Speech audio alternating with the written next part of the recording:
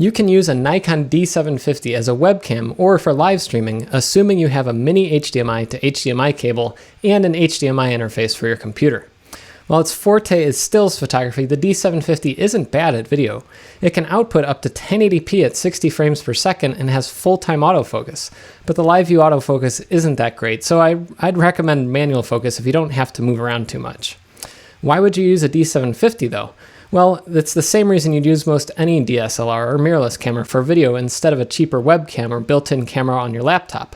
The video quality is amazing. For example, here's some footage captured by my Mac's built-in webcam. Not that great. You can see me well enough, but it's not a very pleasing image. And here's footage captured with my Logitech C920. It's better, and it allows me to move the camera somewhere different, but it's still not amazing. And this is what it looks like on the D750. In fact, this whole video outside the clips you just saw is being recorded on my D750. In addition to more control over out-of-focus areas, Nikon's image processing engine also results in better color and cleaner output. But how did I set up my D750 to give me this nice video? First things first, I set my D750 to 1080p resolution at 60 frames per second. You can use a lower resolution or frame rate if you choose, but I like this frame rate for my YouTube videos and streaming, and my computer's fast enough to handle it pretty well. To set the size and frame rate, I went into the menu, then movie shooting, then the frame size and frame rate option. In here, choose your preferred size and frame rate. After that, you need to set up the D750 for clean HDMI output. That means setting the D750 so its HDMI output doesn't show camera settings or informational displays, just the pure video output from the camera sensor. To do that, turn on Live View by pressing the LV button and set the Live View switch to Movie Mode. Then go to Menu, then Setup, then HDMI, then Advanced, and select Live View On-Screen Display. Turn that option off, then go back out of the menu. Plug the mini HDMI output on the D750 into your video capture device. In my case, I've tested it with an Elgato Camlink 4K and a Cloner Alliance Flint LX, and both work great. You can get links to any of the products I'm using in this video in the description. The last thing you'll need to do is tell the camera to remain in live view for more than 10 minutes. By default, live view will shut off after 10 minutes. To do that, go to Menu, then Custom Setting menu, then C, Timers AE Lock, then C4, Monitor Off Delay, then Live View, and finally choose No Limit.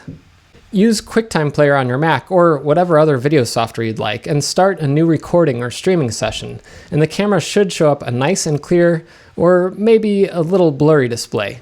If you have a very blurry image, that's probably because Nikon has Live View set to Single Shot AF, where it only focuses when you half press the shutter button. And the reason may be apparent the first time you try focusing in Live View. When you use the D750 to take pictures with the viewfinder, you can use the very good multicam autofocus module to get a good focus lock quickly, even when using advanced 3D autofocus modes. But when you use the D750 with Live View and the mirror flips up, that autofocus module can't be used since it's not part of the image sensor. So the camera uses contrast detect autofocus, which is pretty slow and results in a lot of back and forth as the camera tries to lock focus. Generally, if you can set focus manually, you'll get better battery life and a lot less noise, especially for older lenses with loud focus motors. But if you need to, you can turn on full-time servo AF.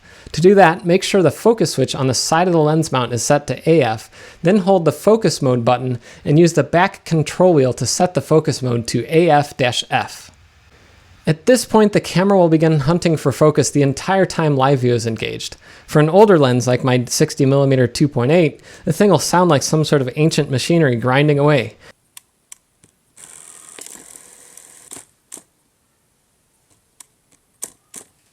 For newer AFS or AFP lenses, the motor's a bit quieter, but it'll still be picked up by the on-camera mic.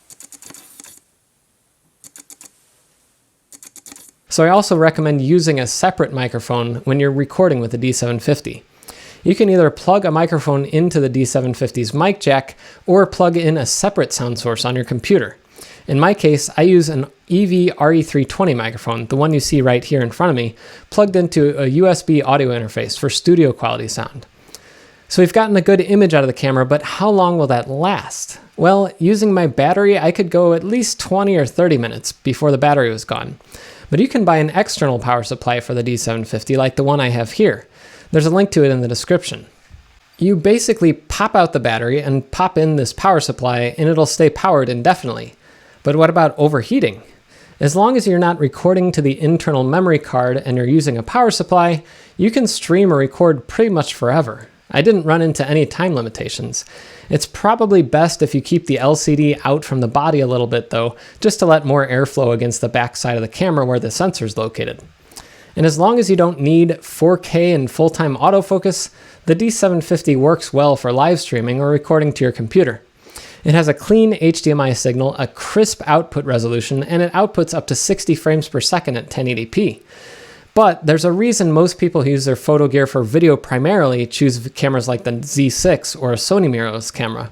Those cameras have much better on-sensor autofocus and have lenses built with much quieter autofocus motors. Plus, many of those cameras are built from the outset with video in mind. I don't own a D780, but seeing as most people say it's like a D750 for viewfinder shooting mixed with a Z6 for live view shooting, maybe that camera has the best of both worlds. I hope you enjoyed this video and learned something from it.